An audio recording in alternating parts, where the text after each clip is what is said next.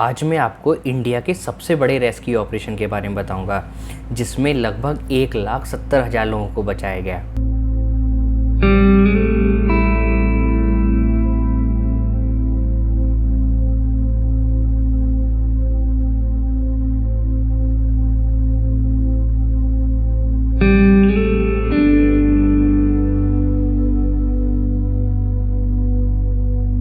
ये rescue operation इतना आसान नहीं था। इतने सारे लोगों को रेस्क्यू करना इतना आसान नहीं होता।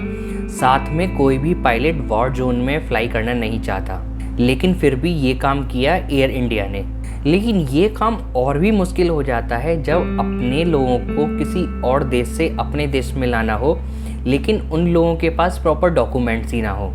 ये रेस्क्यू ऑपरेशन हुआ था कुवैत से। लेकिन ये रेस्क्यू ऑपरेशन क्यों करना पड़ा? क्यों अचानक इराक ने कुवैत के ऊपर अटैक कर दिया, जबकि कुवैत ने इराक को कंप्लीट फाइनेंशियल सपोर्ट किया था? आज इस वीडियो में मैं आपको डिटेल में बताऊंगा कि कुवैत पे इराक ने अटैक क्यों किया, कैसे इंडियंस को कुवैत से रेस्क्यू किया गया।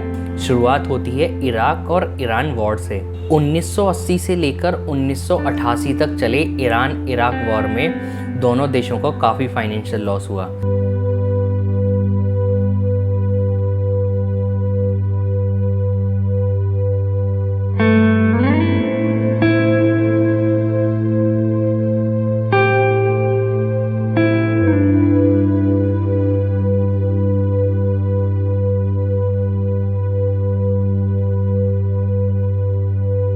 लेकिन इराक की मदद की कुवैत ने फाइनेंशियल सपोर्ट देकर। लगभग $14 मिलियन देकर कुवैत ने इराक की मदद की। कुवैत की इराक के साथ सपोर्ट देखकर, फाइनेंशियल सपोर्ट देखकर ईरान ने कुवैत के ऊपर अटैक करना चालू कर दिया। कुवैत के तेल के टैंकर को अपना निशाना बनाना चालू कर दिया। साथ में कुवैत की सिक्योरिटी फोर्सेस को भी अपना निशाना बनाना चालू कर दिया। जब इराक और ईरान का युद्ध समाप्त हुआ, उस समय इराक की ऐसी हालत नहीं थी कि कुवैत से लिया हुआ कर्ज वो कुवैत को वापस कर सके। इसलिए इराक ने कुवैत को कहा कि वो उसका कर्ज माफ़ कर दे। इसलिए इराक ने कुवैत के ऊपर दबाव डाला और उससे रिक्वेस्ट की कि जो कर्ज कुवैत से इराक ने लिया है वो उसको माफ़ कर दे। लेकिन कुवैत दिया हुआ कर्ज वापस करने को बिल्कुल भी तैयार नहीं था। उसके बाद 1988 में इराक के ऑयल मिनिस्टर ने ओपेक पर यानी organization of petroleum exporting countries पर जोर दिया और कहा कि दिए गए कोटे से कच्चे तेल की प्रोडक्शन कम हो। कच्चे तेल की प्रोडक्शन कम होगी तो मार्केट में तेल के प्राइस बढ़ेंगे, जिससे कि तेल की कीमत बढ़ेंगी और इराक अपनी फाइनेंशियल ग्रोथ कर पाएगा और साथ में कुवैत से लिया हुआ कर्ज भी वापस दे पाएगा। लेकिन कुवैत दिए गए कोटे से बिल्कुल भी कम प्रोडक्शन करने को तैयार नहीं था और कुवैत दिए गए कोटे से ज़्यादा प्रोडक्शन करता रहा, जिससे मार्केट में कच्चे तेल के दाम बढ़ ही नहीं पाए। अब इराक में काफ़ी बड़ी फाइनेंशियल प्रॉब्लम आने लगी।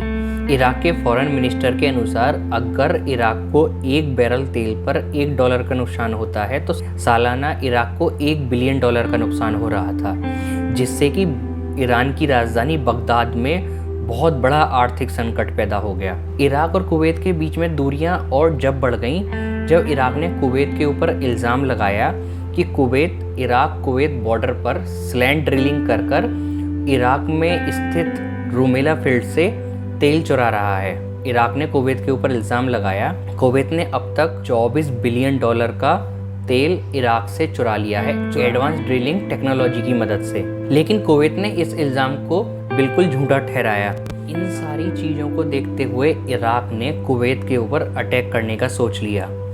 लेकिन बीच में ही ओपेक का एक स्टेटमेंट आता है, जिसमें ओपेक कहता है कि यूएई और कुवैत 1.5 मिलियन बैरल प्रोड्यूस करने को तैयार हैं। लेकिन शायद इस स्टेटमेंट को आते आते बहुत देर हो चुकी थी और इराक ने अपने लगभग 1 लाख सैनिक कुवैत बॉर्डर पर तैनात कर दिए। इराक ने कुवैत के ऊपर पूरी प्लानिंग के साथ अटैक किया। नाव में कमांडोज को भेजा, हेलीकॉप्टर से, साथ में ग्राउंड से, तीनों तरफ से कुवैत के ऊपर अटैक किया। इराक ने सबसे पहले कुवैत के एयरबेस और हवाई अड्डों को अपना निशाना बनाना चालू किया। साथ में इराक के आधुनिक हेलीकॉप्टर जो ग्राउंड पे इराक की फोर्स थी उसको कंप्लीट सपोर्ट दे रहे थे। उसके बाद इराक के एयरक्राफ्ट कुवैत की पॉपुलर बिल्डिंग्स को अपना टारगेट बनाना चालू कर दिया। कुछ समय बाद कुवैत की जनता ने आंदोलन करना स्टार्ट किया। स्कूल, कॉलेज, घर से जो प्रिंटर थे वहाँ से पैम्पलेट प्रिंट किए और आंदोलन में जुट गए। उस समय पर काफ़ी सारे इंडियंस भी थे कुवैत में जिनकी जान खतरे में थी, लेकिन इराक के कमांडोज इंडियंस को कुछ नहीं कह रहे थे अगर उन इंडियंस के पास पासपोर्ट है तो। लेकिन काफ़ी सारे इंडियंस कुवैत में ऐसे भी थे जिनके पास प्रॉपर डॉक्यूमेंट ही नहीं था या कुछ ऐसा पेपर ही नहीं था जिससे कि प्रूव हो सके कि वो इंडियंस थे। लेकिन उस टाइम पे हर किसी को अपनी जान की चिंता थी और कुवैत से हर कोई निकल जाना चाहता था। उस समय कुवैत में फंसे हुए इंडियंस की जान खतरे में थी और जिसमें अहम भूमिका निभाई माथुने मैथ्यूज़ ने।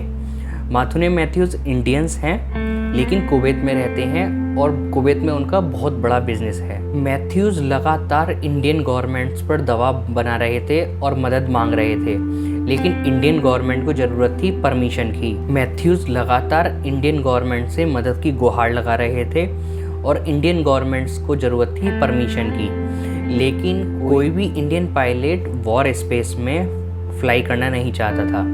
और साथ में ज़रूरत थी कुवैत के अंदर सिविलियन एयरक्राफ्ट को एयर स्पेस क्लियरेंस की। एयर स्पेस क्लियरेंस चाहिए था जो कि बहुत मुश्किल है, इसलिए कोई भी इंडियन पायलट उस वॉर जोन में फ्लाई करना नहीं चाहता था और ना ही कुवैत में लैंड करना चाहता था। मैथ्यूज़ लगातार इंडियन गवर्नमेंट में हरभजन सिंह बेदी से बात कर रहे थे और मदद मांग रहे थे। साथ में हरभजन सिंह बेदी अपने लेवल पर पूरी कोशिश कर रहे थे। साथ में हरभजन सिंह बेदी इंडियन पायलट्स को भी राजी कर रहे थे कि वो उस वॉर जोन में जाएं और इंडियंस को रेस्क्यू करके लाएं। लेकिन परेशानी थी एयर स्पेस क्लियरेंस की, जो कि कुवैत में नहीं मिलना था। उसके बाद मैथ्यूज़ इराक जाते हैं। इराक की राजधानी बगदाद में भारतीय एम्बेसी में जाके परमिशन ले आते हैं। अब मैथ्यूज़ 1,70,000 लोगों को बस से और जो वाहन मिलता है उससे इराक होते हुए जॉर्डन ले जाते हैं और जॉर्डन के अमान एयरपोर्ट से होता है लगभग 1,70,000 लोगों का रेस्क्यू ऑपरेशन। इस रेस्क्यू ऑपरेशन को पूरा होते होते लगभग 2 महीने 7 दिन लग गए।